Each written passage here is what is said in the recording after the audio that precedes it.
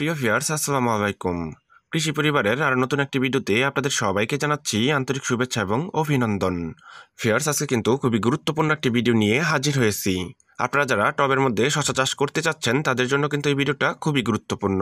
কেননা আজকের ভিডিওতে আমি আপনাদেরকে দেখাবো কিভাবে টবের মধ্যে শশা চাষ করবে মাত্র 35 দিনেই শশার বাম্পার ফলন পাবেন। আজকে কিন্তু আমি টবের মধ্যে শশার বীজ লাগানো থেকে শুরু করে শশা ধরা পর্যন্ত সম্পূর্ণ পদ্ধতিটাই দেখাবো। তার সাথে সাথে আরও দেখাবো টবের মধ্যে শশা গাছগুলো লাগিয়ে দেওয়ার পর কি পরিচর্যা করবেন। তবে চলুন ভিউয়ার্স, মূল ভিডিওতে চলে যাই। টবে শশা চাষ করার জন্য আমি সর্বপ্রথমই 16 ইঞ্চি সাইজের একটি টব নিয়েছি। ভিউয়ার্স, আপনারা চাইলে কিন্তু যে কোনো সাইজের টব নিতে পারবেন। তবে একটু বড় সাইজের টব যদি নেন সেই ক্ষেত্রে কিন্তু শশা গাছগুলো খুব সহজেই শিকড় ছাড়তে পারবে। ভিউয়ার্স, দেখুন আমি কিন্তু টবের মধ্যে কিছু পরিমাণ দোআঁশ মাটিও ভরে নিয়েছি। আর দেখুন আমার মাটিগুলো কি পরিমাণ ঝুরঝুরা। আপনারা যখন টবের মধ্যে কোনো শাকসবজি চাষ করবেন তখন কিন্তু মাটিগুলো ঠিক এইভাবে ঝুরঝুরা করে নেবেন। এতে করে কিন্তু শিকড়গুলো খুব সহজেই চলাচল করতে পারবে। আমি কিন্তু এই মাটির সাথে কিছু পরিমাণ গোবর সার আর বালি দিয়ে খুব ভালো করে আগে এই টবের জন্য প্রস্তুত করে নিয়েছি। তো ভিউয়ার্স, এখন আমি এই টবের মধ্যে কিছু পরিমাণ শশার বীজ লাগিয়ে দিব। এই বীজগুলো কিন্তু আমি বাজার থেকে ক্রয় করে এনেছি। আপনারা চাইলে কিন্তু বীজের পরিবর্তে চারাও লাগিয়ে দিতে পারবেন। আপনারা কিন্তু শশার বীজগুলো লাগিয়ে দেওয়ার আগে অবশ্যই 2 ঘন্টা পানির মধ্যে এই বীজগুলো ভিজিয়ে রাখবেন। এতে করে কিন্তু শশার বীজগুলো খুব সহজেই অঙ্কুরোদ্গম হবে। তো ভিউয়ার্স, দেখুন আমি মাটির 1 থেকে 1.5 ইঞ্চি পরিমাণ নিচে এই বীজগুলো পুঁতে দিব। এইভাবে যদি মাটির 1 থেকে 1.5 ইঞ্চি পরিমাণ নিচে শশার বীজগুলো পুঁতে দেন তাহলে কিন্তু খুব সহজেই এবং অল্প সময়ের ভিতরে এই বীজগুলো থেকে চারা গজিয়ে যাবে। তো ভিউয়ার্স, আমি একে একে সবগুলো বীজ পুঁতে দিলাম। আমি আশা করি কয়েকদিনের ভিতরে কিন্তু আমার এই বীজগুলো থেকে চারা গজিয়ে যাবে। আর আমি কিন্তু নিয়মিতই এই টবের মধ্যে পানি দিব। তো ভিউয়ার্স, আমি ফিরে আসি আরও কিছুদিন পর যখন আমার বীজগুলো থেকে চারা গজিয়ে যাবে। ভিউয়ার্স, আমি আবারও ফিরে এলাম কিছুদিন পর। তো দেখুন ভিউয়ার্স, আমি যে কিছুদিন আগে টবের মধ্যে শশা বীজগুলো লাগিয়ে দিয়েছিলাম সেই বীজগুলো থেকে কত সুন্দর চারা গজিয়ে গেছে। আর আমার এই চারাগুলো দেখতেও কিন্তু অনেকটা টাটকা এবং সতেজ দেখা যাচ্ছে। তো ভিউয়ার্স, আমার কিন্তু প্রায় সবগুলো বীজ থেকেই চারা গজিয়ে গেছে। আর আমি কিন্তু নিয়মিতই এই চারাগুলোর মধ্যেই পানি দেই। যেহেতু শশা বীজগুলো লাগানোর আগেই আমি মাটিটা খুব ভালো করে প্রস্তুত করে নিয়েছিলাম তাই কিন্তু আমার শশা চারাগুলো এত দ্রুত সময় বড় হয়ে যাচ্ছে। তো ভিউয়ার্স, আমি ফিরে আসছি আরও কিছুদিন পর যখন আমার এই চারাগুলো আরেকটু বড় হয়ে যাবে। ভিউয়ার্স, আমি আবারও ফিরে এলাম কিছুদিন পর। তো দেখুন ভিউয়ার্স, কিছুদিন পর আমার এই গাছগুলো কত সুন্দরভাবে বড় হয়ে উঠতেছে। আমার এই শশা গাছগুলো কিন্তু আলহামদুলিল্লাহ ডোগা নিতেও শুরু করেছে। আর দেখুন ডোগাগুলো কতটা জায়গা জুড়ে পেয়ে গেছে। শশা গাছগুলোর মধ্যে কিন্তু এখন পর্যন্ত তেমন একটা রোগবালাইও আক্রমণ করেনি। তো ভিউয়ার্স, আমি কিন্তু এই গাছগুলোর মধ্যে তেমন একটা পরিচর্যা করিনি। আজকে কিন্তু আমি এই গাছগুলোর মধ্যে পরিচর্যা করে দিব। পরিচর্যা বলতে আজকে আমি এই গাছগুলোর মধ্যে কিছু পরিমাণ জৈব সার দিয়ে দিব। আপনাদের সঙ্গে যদি জৈব সার না থাকে সেই ক্ষেত্রে কিন্তু আপনারা রাসায়নিক সারটাও দিতে পারবেন।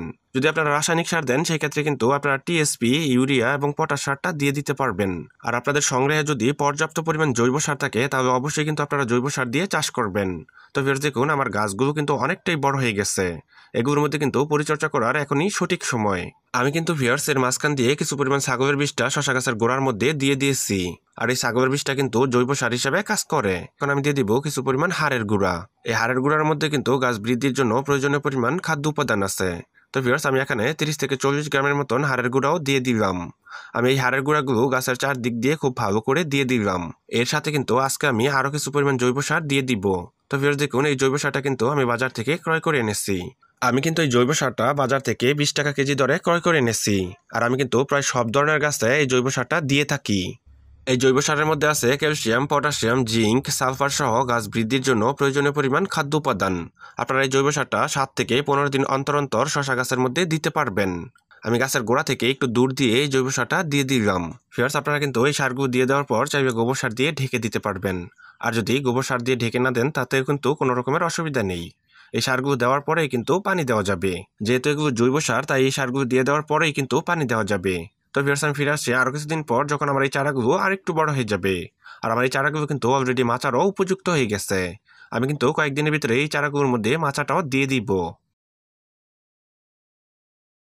ভিউয়ার্স, আমি আবারও ফিরে এলাম কিছুদিন পর। তো দেখুন ভিউয়ার্স, আমার শশা গাছগুলো কতটা বড় হয়ে গেছে।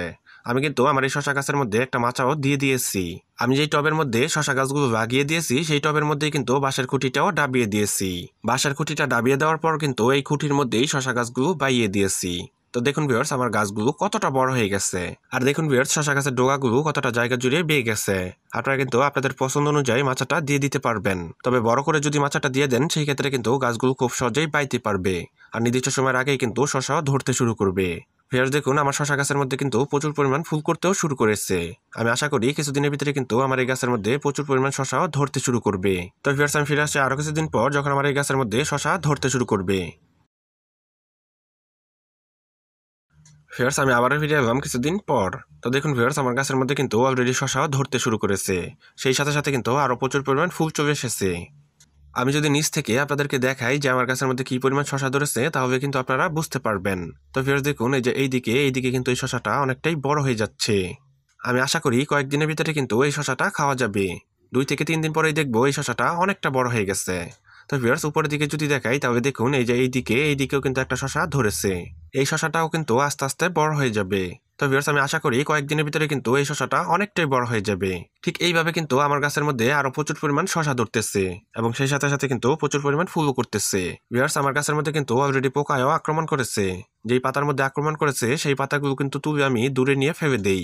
যেহেতু আমার এখানে গাছের পরিমাণ অল্প, টবের মধ্যে 2-1টা গাছ লাগিয়ে দিয়েছি, তাই কিন্তু আমি কোনো রকমের কীটনাশক দেওয়ার প্রয়োজন মনে করতেছি না। ভিউয়ার্স আমি কিন্তু নিয়মিত এই গাছগুলোর মধ্যে খেয়াল রাখি, যদি কোনো রকমের পোকামাকড়ে আমার গাছের পাতাগুলো নষ্ট করে সেই পাতাগুলো কিন্তু আমি তুলে ফেলে দেই।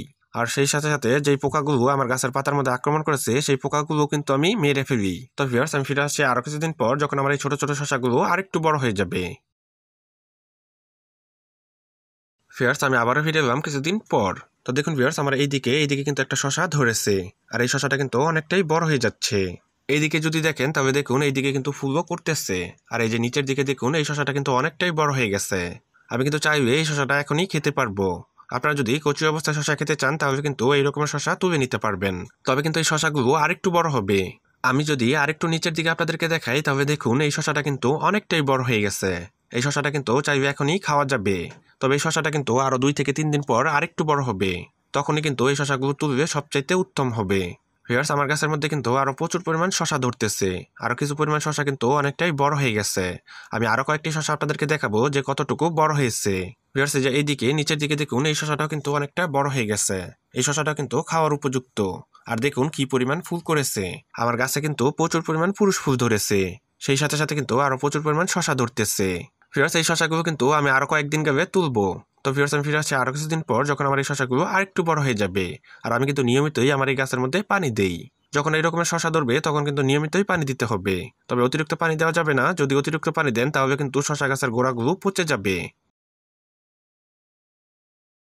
ভিউয়ার্স আমি আবারও ফিরে এলাম কিছুদিন পর। ভিউয়ার্স আমি যে কিছুদিন আগে দেখিয়েছিলাম আমার গাছের মধ্যে শশা ধরেছে, সেই শশাগুলো কিন্তু আজকে আমি তুলে নিব। যদিও এই শশাগুলো আরো কিছুদিন আগে ওঠানো উচিত ছিল, তবে আমি কিন্তু কিছু পরিমাণ ব্যস্ততার কারণে এই শশাগুলো তুলতে পারিনি।